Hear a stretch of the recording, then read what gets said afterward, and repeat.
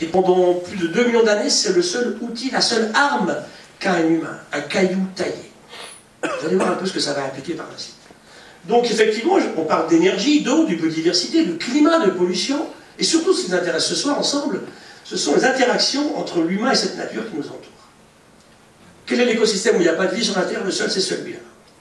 1800 degrés, ici on est au piton de la Fournaise, ici à l'île de la Réunion, ça se refroidit, quelques semaines après, ça grouille de bactéries, vous avez des lichens qui s'installent, vous avez des fougères et c'est reparti. Le système vivant sur le refroidissement de la matière géologique est reparti.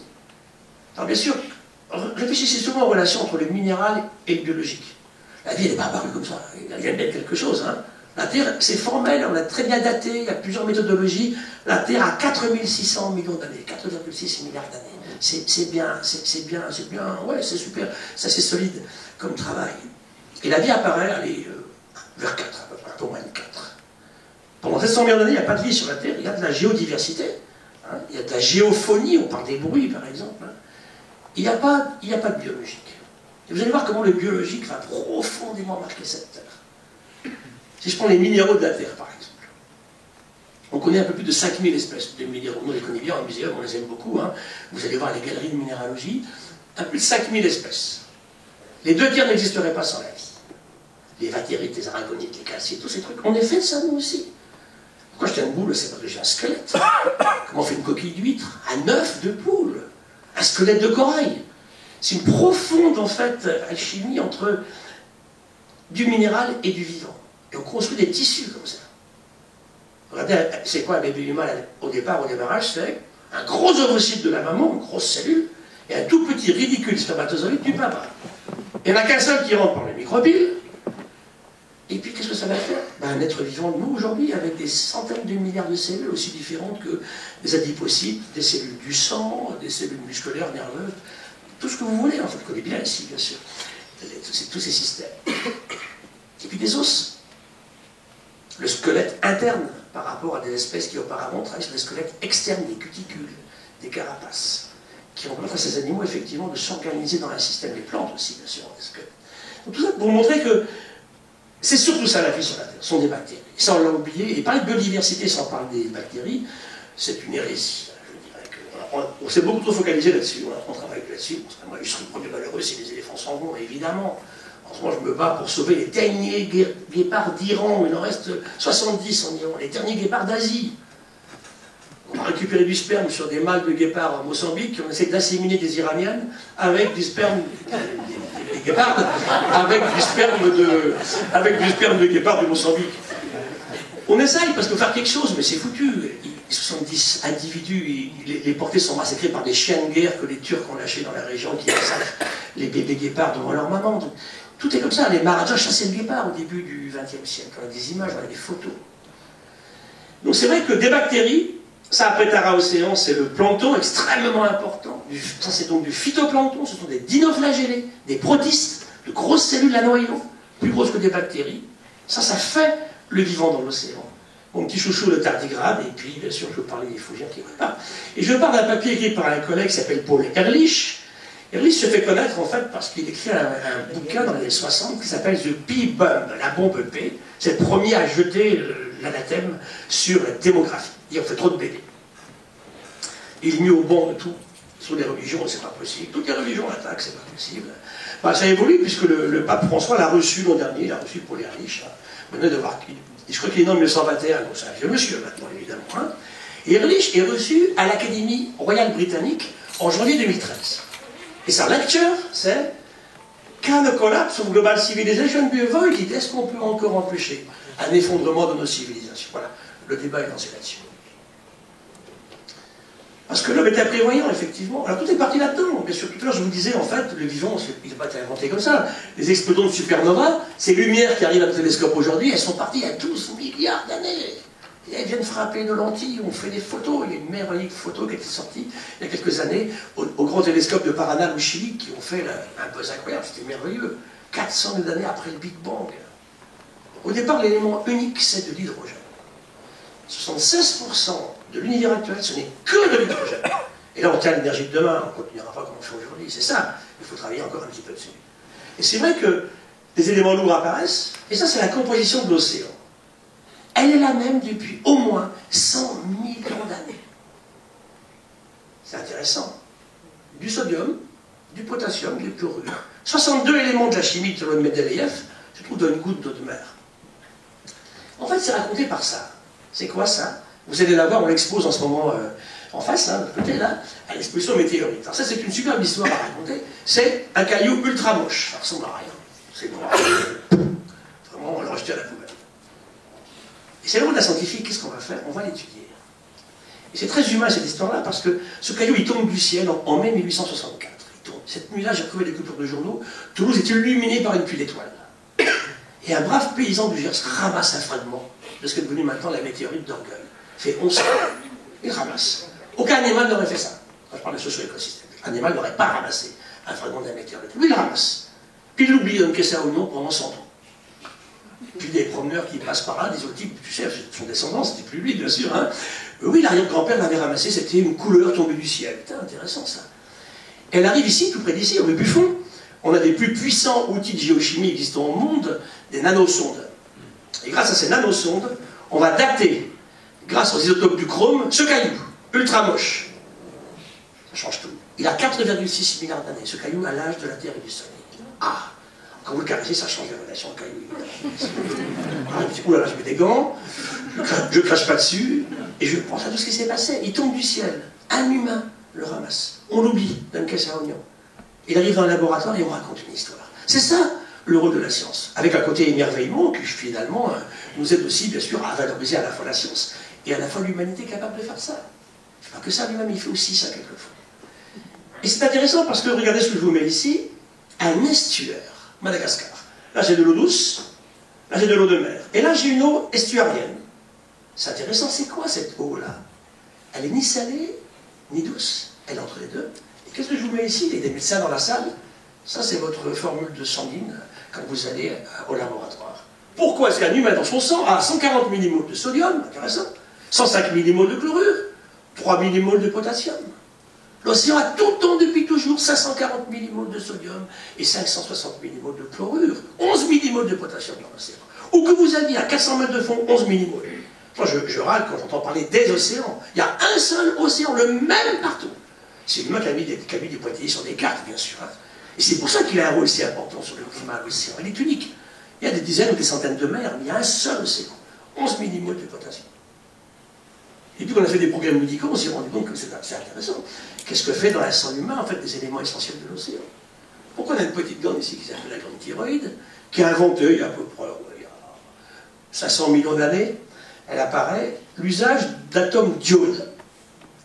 Un iode, 2 iodes, 3 ou 4. Ça fait la monoïode de thyroïde, et la thyroxine, que vous connaissez bien, l'hormone thyroïdienne par excellence, c'est parce que sa copine la T3, sans elle, on ne serait pas là. Pas de développement embryonnaire, pas de croissance. On serait complètement crétin, et en plus, on ne serait jamais reproduit. Et c'est un atome totalement marin, en fait. Hein. Comment le vivant est allé chercher dans l'océan un atome marin, l'iode, et a inventé de nouveaux systèmes. Et ça apparaît chez des invertébrés, qui ressemblent un petit peu aux acidies, et après ça passera chez les vertébrés, et c'est l'hormone de la métamorphose par excellence. Hein. Chez les grenouilles, chez mes chers saumons, tout à l'heure dont tu parlais, sans hormone thyroïdienne, ils sont incapables de mémoriser leur rivière, de partir et de revenir à l'endroit duquel ils sont partis. Si j'affecte un tout petit peu l'hormone thyroïde, ça ne marche plus. Donc vous avez des systèmes utilisés comme ça par le vivant, depuis la nuit des temps, en relation avec le minéral. Alors je vous ai mis ici le plus ancien fossile que l'on ait à Paris, ce sont les cyanobactéries, datés à 3,45 milliards d'années, que nous avons dans nos collections ici. Et je vous mets les mêmes que j'aurais ramassés tout à l'heure, que je me suis fait tremper en traversant le jardin, il y avait des flaques d'eau, en traversant devant ici le lycéum. Dans les flaques d'eau, vous avez des cyanobactéries. C'est génial. Elles ont 4000 millions d'années de différence d'évolution, elles sont toujours là. Elles se ressemblent incroyablement. Les cyanobactéries fossiles ou actuelles, regardez, c'est la même chose. Elles ont évolué, je ne dis pas qu'elles n'ont pas changé du tout, bien évidemment, mais elles sont toujours là, avec leur physiologie, leur biologie. Ce sont des cellules absolument géniales. On les a oubliées. De même que la molécule initiale du vivant. Bien avant l'ADN, pour moi, la molécule du vivant, c'est la flotte, c'est l'eau liquide. Il n'y a aucune cellule vivante sans eau liquide. Et c'est parce que l'eau était liquide sur la Terre que la vie est apparue. Nous sommes tous faits d'eau liquide. Un bébé humain à la naissance, 3/4 d'eau. Garçons et filles, c'est pareil. Après, quand on vieillit, les femmes ont un peu moins d'eau que les garçons. Ah, quand on prend de l'âge, on en a un petit peu moins. Les femmes ont plus de masse de lipides. Je ne sais pas, ça doit faire des rondeurs dont les mâles raffolent, j'en sais rien. En tout cas, il y a plus effectivement d'eau chez les garçons que chez les filles. Et on perd cette eau en permanence au cours du temps.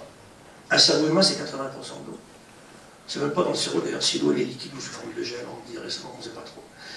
C'est pas fait pour laver sa bagnole, en fait. Hein. C'est une molécule essentielle, c'est la molécule du vivant. Et la vie va créer partie de cette eau liquide. Alors, quand on cherche de la vie, bien avant de chercher de l'ADN, on cherche de l'eau liquide. Évidemment, bien sûr. Et cette eau a donné naissance à la vie. Alors, les lichens qui sont les premiers à sortir de l'océan. Alors, regardez cette image que je vous ai mis tout à l'heure. Ça, c'est une supernova qui explose il y a 12 milliards d'années. Et ça ressemble beaucoup. C'est quoi? C'est une goutte d'eau de mer. Regardez l'analogie entre les deux. C'est une goutte d'océan. On fait Tara-Océan, on fait un tour du monde entre 2009 et 2013, on séquence 30 000 stations en mer, les 3 premiers mètres. On ramène des centaines de milliers de séquences d'ADN, et on raconte l'histoire de l'océan qu'on ne connaissait pas. On triple au moins le nombre d'espèces connues dans l'océan. Ils ne sont pas encore décrites, il faut qu'on le fasse maintenant.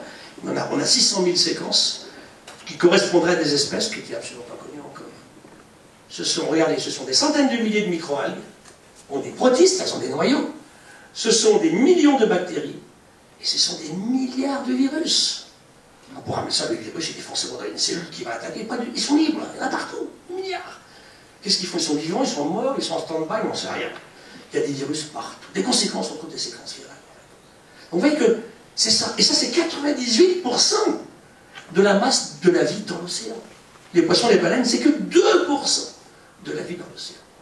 Et la Tara, c'est vrai qu'on a eu la chance de publier, en fait, dans Science, le 22 mai 2015, 5 papiers. Pour un chercheur, c'est quand même pas mal pour un petit chercheur. Hein, 5 papiers le même mois dans Science.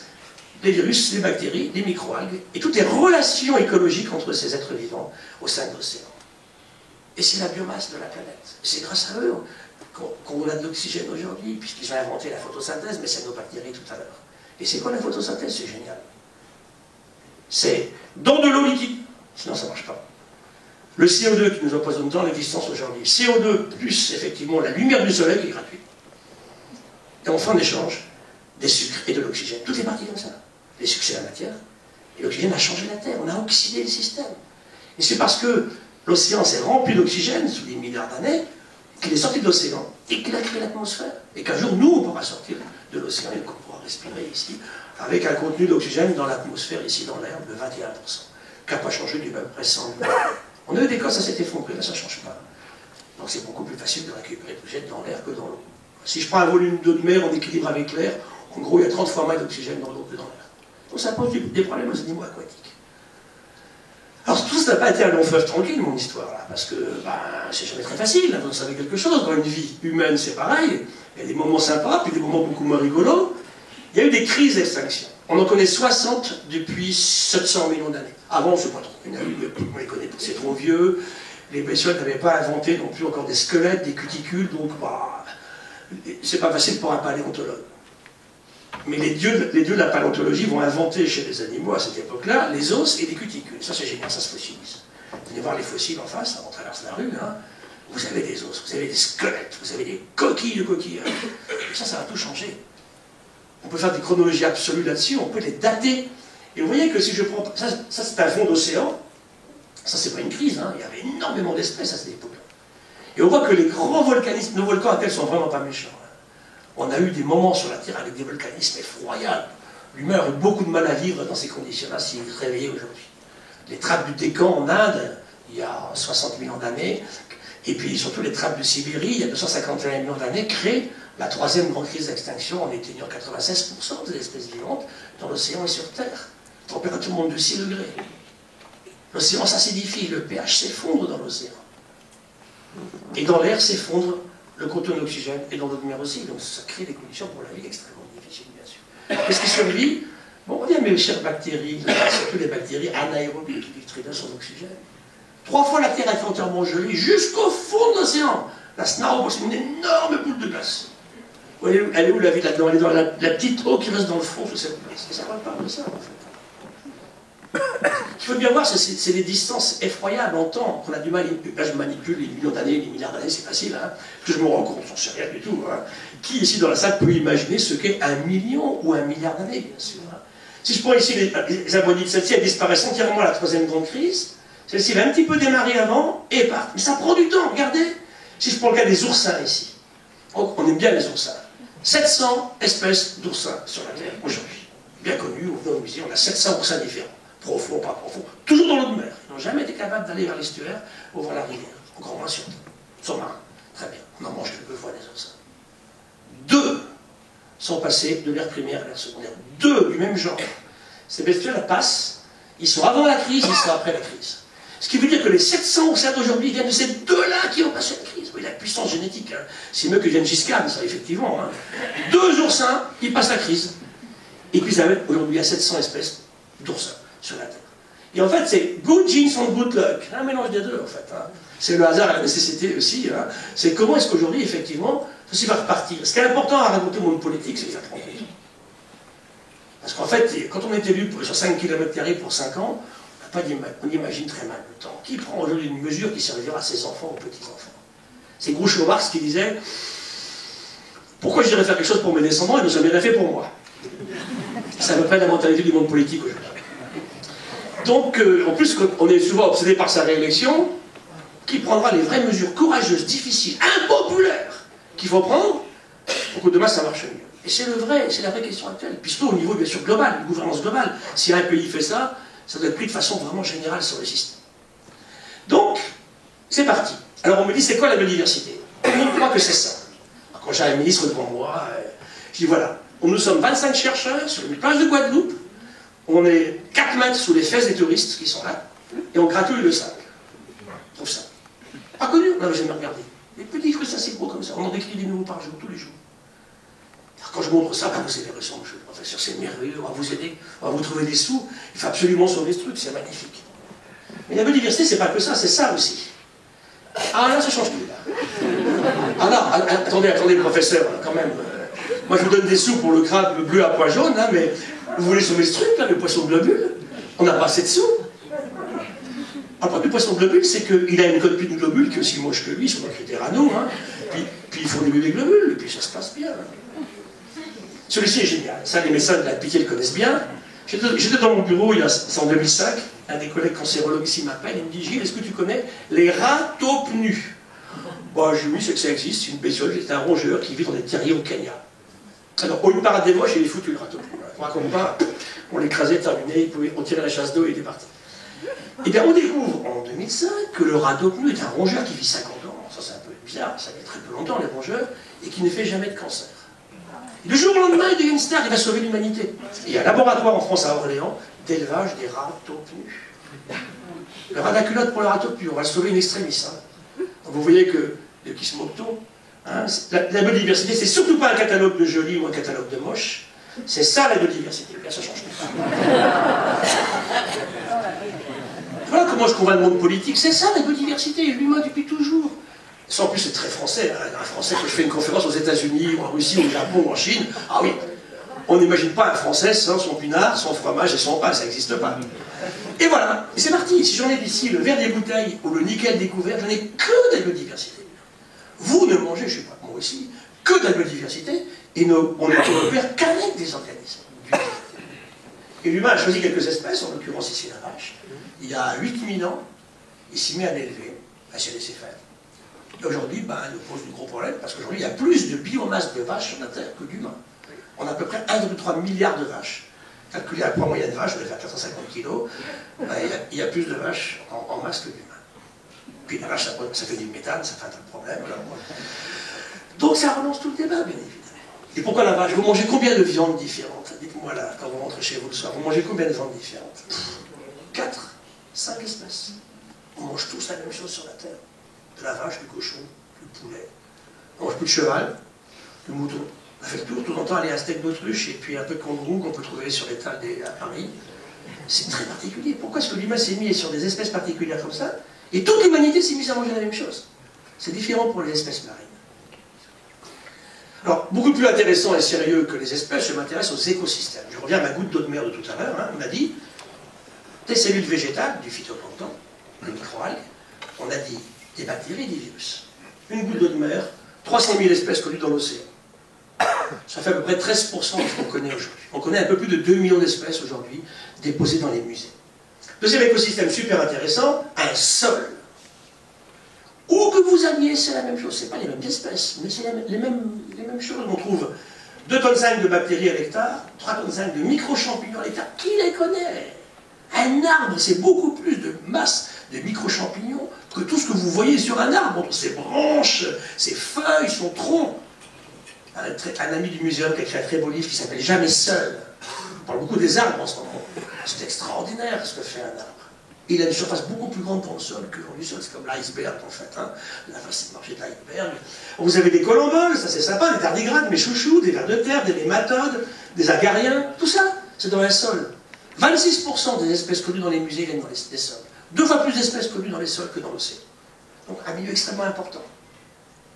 Et l'agriculture moderne à pesticides a détruit la moitié des sols. Donc il faut qu'on régénère nos sols, il faut qu'on les re-rende vivants. On dit on va tout faire hors sol. Bon, ouais, enfin, on me dit je mangeais des tomates en janvier. C'est absolument dégueulasse une tomate en janvier. Elle n'a pas de goût. Moi, si manger des tomates à la saison des tomates. Il y a des grands chefs français. J'étais avec 3 gros il y a quelques temps. Et puis notre ami Messica à Cancale, elle me dit on ne cherche jamais de tomates dans un grand restaurant au mois de janvier. C'est honteux. On mange des tomates quand on goûte de tomates à la saison des tomates. Comme c'est que nos enfants, comment ont-ils été élevés? Moi, petit garçon, je mangeais des oranges à Noël. Hein. Je n'avais pas d'oranges à d'autres moments. Je ne suis pas si moche que ça, je n'ai pas été si raté que ça. Des histoires, au moins. Et là, il y a un problème d'éducation évident. On veut tout au même moment, au même endroit. La pomme, elle est verte, elle est jaune, elle est rouge, elle est absolument insipide. Aucun goût. Et les papiers dans le monde espagnol disaient en plus c'est bourré de pesticides. Si elle n'est pas bio, vous avez 90% des pommes non bio qui sont bourrées de pesticides. Vous les pelez. J'étais au Kazakhstan au mois de janvier, je suis allé sur la trace des premiers pommiers ancestraux. Le Malus silversi. À la frontière du Kazakhstan, du Kyrgyzstan et de la Chine. Là, vous avez les dernières forêts de pommiers. Des grosses pommes, grosses comme ça. On est en train de les détruire. On cherche du pétrole, on cherche du zinc, du nickel. Tout le monde s'en fout. C'est la pomme du monde. On n'a pas de sous pour faire ça. Troisième écosystème, je finis là-dessus. Ça, c'est le tube digestif d'un bébé humain à la naissance. On est tous passés par là, les garçons et les filles. Le bébé humain, au sein de sa maman, le tube digestif est quasi axénique, il n'y a pas grand-chose dedans. Quand ce bébé contacte-t-il la biodiversité terrestre? C'est au moment de la rupture de la poche des os. À ce moment précis-là, les bactéries du tractus de sa maman vont se précipiter pour aller contaminer ce bébé dans le bon sens du terme. Et un bébé humain, il met 2 années à stabiliser sa flore. On a tous notre flore à nous, on a séquencé tout ça, bien sûr. Il y en a pas pour 1000 espèces de bactéries, on ne connaît même pas 500. Dans un écosystème qui est au sein de chacun d'entre nous. Il va venir après ce qu'il y a en dessous. Alors, Tara Océan. En fait, Tara Océan, c'est superbe, c'est financé par une entreprise, c'est ANSB, qui rachète le bateau de Jean-Louis Etienne, qui a pourtant été passé entre les mains de Peter Blake, qui s'est fait assassiner. C'est une histoire, Tara. Hein. Il s'appelle Antarctica, il fait la dérive arctique au début. Ce gros bateau en aluminium fantastique, qui raconte une histoire extraordinaire, on fait des livres sur Tara. ANSB l'offre à la science. Et puis, on est une centaine de chercheurs à avoir participé à des manips sur Tara, on fait le tour du monde, on séquence le plancton. Là, je vous le disais, et c'est super parce qu'il est merveilleux ce plancton, il y en a partout, absolument partout. 5 papiers dans Science, donc là on joue le côté scientifique, et des milliers d'articles, bien sûr, de vulgarisation aussi. Et sauf qu'on a regardé les gènes de ce plancton, en rouge c'est que le bébé, en bleu c'est que le plancton, avec des espèces aussi différentes que nous, que les cellules du phytoplancton, on a un tiers de nos gènes en commun. Quand on a séquencé la mouche à drosophile, c'était le premier animal un peu organisé qu'on a séquencé après les bactéries, la drosophile, 4 chromosomes, mouche. Mais ça a été horrible pour beaucoup d'humains. On avait plus de la moitié de nos gènes en commun avec ce truc. 4 chromosomes, ça ressemble à rien. C'est génial, une mouche. Elle est 4 de vitesse de trucs. Elle goûte le sucre, mais 1000 fois meilleure que nous. Hein. On met une petite goutte avec du sucre dedans, cette belle lurette que la langue humaine n'a plus rien du tout. Elle sait ce qui est sucré et pas sucré. Elle est là depuis 300 millions d'années, depuis les forêts du Carbonifère, les mouches. Puis ça continue à vivre comme ça. Et pour terminer, vous achevez sur le fait qu'on vit dans la biodiversité, j'aurais dû l'enlever tout à l'heure, ça c'est quoi? Eh bien c'est votre lit ce matin, tout simplement. Et croyez-moi, mon truc, c'est que vous allez dormir tout seul ou à deux, ça marche mon histoire. Hein, vous êtes dans votre lit. Et pourquoi ils sont là? Parce que vous avez dormi là. 37 degrés, une bonne humidité, qu'est-ce qu'ils bouffent? Imaginez un lit humain ce qu'il a bouffé dedans. Des humeurs variées et diverses, des poils qui traînent, des cheveux, des cellules de la peau qui se desquament. C'est ce que mange, c'est rien. Après, la jeune femme me dit, mais c'est horrible votre truc, là, moi j'ai un bébé, c'est quand même pas comme ça. Bon, je vous dis, vous en voulez moins, ce que vous faites, vous ouvrez bien le lit à beau jour d'été, vous laissez le soleil frapper les draps, et puis, parce que si vous reprenez le bébé bien humide, là, bien chaud, vous allez préparer le bébé, vous le remettez dedans à 37, hop, vous doublez la population d'Acariens pour le lendemain. Donc il faut voir un petit peu comment on travaille en écologie avec ceci. Puis nous rendez compte service, ces Acariens. Ah, des fois, il y a des allergiques, bah oui, ça arrive, hein, mais c'est intéressant parce que c'est ça le vivant, en fait. Et l'arrogance de l'humain qui sera sortie de ça. Alors tout ça a commencé comment? Ben, par la technologie. On va dire à mon biface. Ça, c'est mon chouchou. Un biface, c'est ça, c'est un caillou taillé. Pendant des millions d'années, le seul outil et la seule arme de l'humanité, c'était ça, un caillou taillé, qu'on gardait de père en fils. Il y a une très belle histoire sur les cailloux taillés. Vous allez à la Cima de los Huesos, à Burgos, en Espagne, il y a un trou. On a trouvé 17 crânes. Ils sont vieux, ils sont à 1,8 million, hein. C'est parmi les plus vieux européens. Et là, il y a un trou avec des crânes humains, assez bien conservés. On les a exposés à un moment au musée de l'homme. Et avec eux, il y a un biface. Jamais servi. La microscopie est un truc à balayage, vous renseigne, on sait que vous en savez une fois, vous avez une rayure dessus. Celui-là n'a jamais servi, même pas une fois. Ça, c'est humain. Pourquoi on a acheté des types dans ce trou? Et pourquoi ce biface sacré qui est là, au milieu de ses os, en fait? C'est intéressant, c'est grave. Et puis tout va changer avec une invention que je trouve terrible, qui a vraiment changé l'humanité, et ses mentalités par rapport au reste, c'est l'arme de jet. Je tue à distance.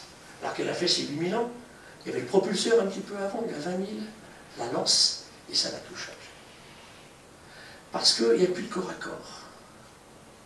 Et devant un grand prédateur, effectivement, un corps à corps avec un lion, je vous assure que le lion, quand même, il se débrouille quand même pas mal, effectivement. Même quand les chasseurs m'énervent trop, je leur dis voilà, je vous file un biface, et vous allez me tuer à sanglier avec. Croyez-moi que sanglier, il a quand même ses chances, dans ces conditions, effectivement. Avec un biface contre le sanglier va s'en sortir. Un type, je sais pas. Quand je vois, je dis les gamins, quand je vais au Congo, à la frontière du Soudan, ils ont 14 ans, ils sont tous des kalachnikovs. Ils ont tué tous mes éléphants et tous mes rhinocéros. En général, ils ont violé toutes les filles du village d'à côté, en plus, entre les mains. Dans un sens, ils recommencent dans l'autre sens. C'est ça, l'homo sapiens moyen aujourd'hui. J'étais avec mes collègues rangers en Namibie, les rhinocéros. J'étais en Zambie, il y a 2 ans, en Zambie, il y avait 2000 rhinocéros il y a 20 ans. Zéro, il ne reste plus un seul aujourd'hui. En Afrique du Sud, en Namibie, au Zimbabwe. Et un peu au Botswana, ils partent d'où? Il n'y en a plus au Mozambique, il n'y en a plus ailleurs. Tout ça parce qu'une légende chinoise vous dit que la corne de rhinocéros a des vertus utiles, c'est de la kératine. On dit, écoutez, rongez-vous les ongles et vous verrez si ça marche avec votre copine. Je pense aussi que la petite pilule bleue aurait sauvé les rhinocéros. Eh ben non! Parce que, ah oui, mais il n'y a pas que ça dedans, ça marche effectivement, c'est dramatique. Le produit naturel le plus cher au monde, plus que l'or, le platine ou le titane, plus que la cocaïne, c'est le gramme de corne de rhinocéros. Ils vont les exterminer. Toujours l'ambassadeur de France au Tchad m'appelle, désespéré, c'est un ami, Philippe Lacoste, il me dit Gilles, écoute, c'est une catastrophe, il nous aura battu 24 éléphants cette nuit. Et l'éléphant du Tchad est rare, parce que c'est vraiment le sommet de la répartition des éléphants en Afrique. Ils ont des armes de guerre, c'est la bataille rangée. Et mon collègue Rangers me dit c'est terrible, parce que ce qu'on fait maintenant, on coupe les cornes de rhino. Ben oui, moi je me dis ça doit marcher bien. C'est des pygmées bacas qui les pistent, hein. C'est des gens, les pygmées bacas, on a détruit leur forêt. On les a jetés, les écologistes ont un rôle là-dessus aussi, on les a jetés, parce qu'ils tuaient les éléphants. On tuait 1 ou 2 et puis les massacrer, il y a une grosse différence, bien sûr. Hein. Ces pygmées sont au bord des routes abandonnées aujourd'hui. C'est des pisteurs incroyables, ils vous lient sur un sol. La trace des rhinocéros passée il y a 2 jours. Donc ils les trouvent. Et bien ils trouvent un rhinocéros sans corne, ils l'abattent. Pour ne pas perdre de temps à retraquer pendant 2 jours un rhinocéros sans corne. Ça c'est Homo sapiens. Mal, c'est surtout les mâles. Hein. Donc c'est pour vous dire effectivement qu'on est dans une situation quand même qui est très très préoccupante. Alors, on voit que la démographie est tout à fait liée à la technologie. On invente la domestication animale, l'arc et la flèche, la roue. La roue c'est génial, 7000 ans. La roue vous permet de porter des choses très lourdes sur des grandes distances. Les âges des métaux, les moulins à eau, les moulins à vent, la poudre noire que j'évoquais, puis les vaccins, le moteur à combustion interne, les avions. Les avions volent depuis 150 ans. Les oiseaux depuis 150 millions d'années. Et sans les oiseaux, on n'aurait jamais inventé les avions. Jamais. En ce moment, je fais une étude pour Nicolas Hulot, il m'a demandé, je l'aide là-dessus. On fait un travail sur le coût environnemental du transport aérien. Et on parle du péril aviaire sur les aéroports. Ça m'énerve aussi un petit peu. Je dis, mais écoutez, vous savez pourquoi vous avez des avions? Vous avez du boulot parce que vous travaillez à l'aéroport, vous avez des avions, mais sans oiseaux, on n'aurait jamais inventé les avions. Tolérez-les un petit peu. C'est vrai que Puis après, on est passé effectivement aux antibiotiques. Énorme problème en ce moment. Tous mes amis médecins me disent on a un drame de l'antibiorésistance. On voit des maladies qui reviennent, qu'on croyait parties, tuberculose en premier. Moi, j'ai un ami qui est un vieux médecin dans les Monts d'Arrée, il me dit, moi, j'ai des trucs qui marchent depuis longtemps, ça marche plus à Paris, ça marche dans les Monts d'Arrée en Bretagne. Donc c'est vrai que là, on a fait un usage totalement délirant. C'est génial, les antibiotiques. Ça, je ne vais pas trop vous dire que ça ne sert à rien. Sur certaines pathologies, d'abord, ça ne marche pas contre les virus, on oublie, ni contre les champignons. Donc c'est vraiment quelque chose qui doit être utilisé. C'est tellement magnifique, avec parcimonie, avec intelligence. Que l'humain, il est imprévoyant, il est vraiment stupide. Regardez, on a fait un trou dans la couche d'ozone avec des mousses à raser, il fallait quand même le faire. Homo sapiens est capable de faire ça, en fait. Je vais à la plage d'été chez moi à Bagnols, et je vois, on est à fin juillet, la plage est couverte de monde. On écoute le Tour de France, on boit la même bière, qu'on soit belge, hollandais, allemand, britannique, parisien ou breton, c'est les mêmes. Les Catalans vont pas dans à ce moment-là. Et à la fin de l'étape, il est 17h22, on va se baigner. Bah, sans faire la mesure dans l'eau, je ne vous raconte pas la courbe de streptocoque fécaux qui sort de la courbe. Et ils ont économisé, ils ont travaillé, et chaque année ils reviennent en plus, à leur plaît. Hein. On va se tremper dans le jus de streptocoque le même jour, à la même heure. Et on a économisé pour faire ça. Et on s'appelle Sapiens.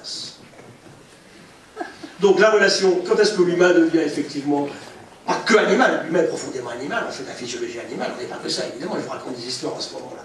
Mais c'est venu avec toutes ces techniques qui ont été mises en place. Et c'est vrai que les deux fois où la courbe s'est un peu infléchie, c'est à chaque fois des pathologies infectieuses. Les grandes pestes noires au Moyen-Âge, et puis la grippe espagnole au début du XXe, ça n'a jamais été des guerres ou du terrorisme. On était 5 millions à ce moment-là. Il y a 10 000 ans, quand on invente l'agriculture. Aujourd'hui, on approche de 8 milliards. 1945, je vais vous montrer. Donc, première étape extrêmement importante, on domestique le feu, ça va changer. On domestique le feu, c'est Erectus. Ça change tout, vous tenez les prédateurs à l'écart. On ne serait jamais sorti d'Afrique sans le feu. Tous les 100 000 ans, il faisait moins 40 à Paris. On a le feu. On durcit les épées de chasse et de guerre. Et surtout, on se raconte des histoires au coin du feu. Ça va tout changer. Ça va totalement changer le cerveau humain, en fait. On se raconte l'histoire du copain qui a été putiné par un rhinocéros le midi, puis bon, qui dit plus grand-chose, il a assez mal, mais on se raconte des histoires. Ils parlaient, ces gens. Et plus tard, beaucoup plus tard, on découvrira qu'on peut cuire les animaux. Ça, c'est magique pour différentes raisons. Quand vous mangez effectivement une... C'est bien celui-là? Ah, ça c'est très vilain ça. Quand vous mangez effectivement une viande sur un cadavre de zèbre tué par un lion il y a 2 semaines... Je vais l'arrêter. Voilà. Ça y est, c'est fini, excusez-moi. Pas qu'il va pas recommencer. Hein. C'est sûr que je vais le mettre dessus. Je croyais qu'il était dessus, voilà. Il est évident que sur votre cadavre de zèbre mangé par ces lions sont passés les vautours, sont passés les hyènes. Vous avez intérêt à cuire la viande quand même. Et deuxième intérêt qu'on oublie souvent, c'est que quand vous mangez du cuit, vous mangez beaucoup moins de quantité. C'est beaucoup plus digestible. Les animaux le savent, on a des chimpanzés en Ouganda qui sont des orphelins. On leur sert à manger de la viande cuite ou crue, chaque fois ils se jettent sur la cuite. Petite histoire sympa, il y a quelque temps, des collègues écologues à Montpellier, ils arrivent en voiture au péage de Montpellier, un petit moineau qui arrive, avec des asticots dans le bec et il est cuit sur le capot de la voiture. Qu'est-ce qu'il fait ce truc-là? C'est par hasard. On revient le lendemain, le même petit moineau a ses asticots et cuit ses asticots sur le capot de la voiture. On va chercher son nid, on trouve les bébés, vous leur des asticots crus ou cuits, ils ne mangent que les cuits. Après, ce singe japonais, ce macaque, il y a une quarantaine d'années, qui s'est mis à laver ses aliments. Et aujourd'hui, tous les macaques d'Hokkaido lavent leurs aliments. Donc peut-être que demain, tous les petits moineaux de Montpellier se mettront à cuire dans un asticot. Sur les capots de nos voitures, on fait une longue distance, gratos. Et c'est beaucoup plus sain, beaucoup plus digestif. Le néolithique, ça c'est l'invention de l'agriculture, bien sûr, et puis de la culture. Et puis après, ça va être la machine à vapeur. Et là, on rentre vraiment dans le problème. Du jour au lendemain, en totale imprévoyance, il faut du charbon et du pétrole. Et c'est ce qu'on paye aujourd'hui. 250 ans d'usage inconsidéré du charbon et du pétrole, gaspillé horriblement. On a tout fait. Cet humain sapiens génial. Qu'est-ce qu'on a fait à une époque? On a éclairé des grandes villes américaines comme Boston ou Baltimore avec de l'huile de baleine. Combien de temps ça a duré ce truc-là? Ces gros animaux magnifiques. Il n'y a jamais eu de si grosses bêtes sur la Terre, en fait. Ils vivent avec nous. On les massacre et on utilise leur huile pour éclairer des villes. Ça va durer combien de temps? 10 ans, 20 ans. La guerre va arrêter ça? parce que les chasseurs allemands sont dans l'Atlantique, on ne va pas risquer notre peau pour aller effectivement chercher des baleines. Et en 47, ça reprend complètement. Il faudra le moratoire de 67 pour sauver ce qui restait des baleines. Il reste 2%, 3% des baleines franches. Le cachalot s'y refait une santé, il y a autant de cachalots qu'avant. Si Homo sapiens, encore une fois, imprévoyance, arrogance totale, évidemment, on connaît tout. Écoutez des gens qui parlent en ce moment. Ça, c'est surtout masculin. Hein. Il y a beaucoup plus de mecs qui disent des conneries que les femmes. Ça, c'est clair. Après, par contre, il y a la cupidité. Et malheureusement, ça, c'est aussi masculin que féminin. Donc, cette trilogie-là fait qu'aujourd'hui, bon, on commence à regarder un petit peu ce qui se passe. Et ceci nous a amené à Hiroshima et Nagasaki, parce que là, la technologie humaine, sa science, sa technologie, nous permet de créer un événement de l'ordre de grandeur d'un grand accident climatique. Une grande éruption volcanique, par exemple, ou un tsunami, c'est ce qu'on fait, on appuie sur un bouton. On détruit 60 000 habitants. Mais les bombardements de Dresde n'étaient pas mieux, ça faisait autant de dégâts que les bombes atomiques à Hiroshima. Donc l'humain se sent un peu différent. Et deuxième date butoir à ce niveau-là, c'est là que commence l'énorme démographie actuelle. On était 2,2 milliards en 1945. On est 8 aujourd'hui, on arrive à 8. Entre 3 et 4 fois plus. Comment on fait? Mais ils sont tombés dans le problème inverse. On a fait un article récemment avec mon ami Lebras dans Le Monde, là, au mois de décembre, parce que les écolos, ouais, c'est la faute des Africains, si on va mal, ils font trop de bébés. C'est un peu facile. C'est un peu facile. Hein, on n'est pas dans nos problèmes actuels à cause des bébés africains. C'est vrai que c'est l'endroit du monde, entre les tropiques nord et sud en Afrique, on fait plus, au Niger, c'est encore 7 à 8 enfants par femme. En Inde, les Indiennes, ça s'est arrêté, c'est 2,3, on a regardé les chiffres. Hein. Les Chinoises avaient déjà commencé à bien freiner le truc. On va plutôt vers une asymptote. Je ne dis pas qu'il n'y a aucune relation entre la démographie et nos problèmes, n'empêche que ce n'est pas la cause, aujourd'hui, des problèmes uniques là où on est. Et ça a amené un prix Nobel de chimie pour le Crutzen, c'est l'homme qui découvre le trou dans la couche d'ozone, en 1995, à dire, je propose le terme de anthropocène, scène, hein, la fraction du temps, anthropocène, c'est l'époque de la Terre durant laquelle le plus puissant moteur du changement, c'est la présence de l'humain. N'oubliez jamais une chose, c'est l'humain et ces animaux domestiques. On n'est pas tout seul. Regardez ce que fait l'humain. 37 000 ans Chauvet, 2 fois plus vieux que Lascaux. Lascaux, c'est 20 000. 37 000. Qui dessine comme ça ici dans la salle? Et pourquoi ils ont fait ça? Comment ils ont fait ça?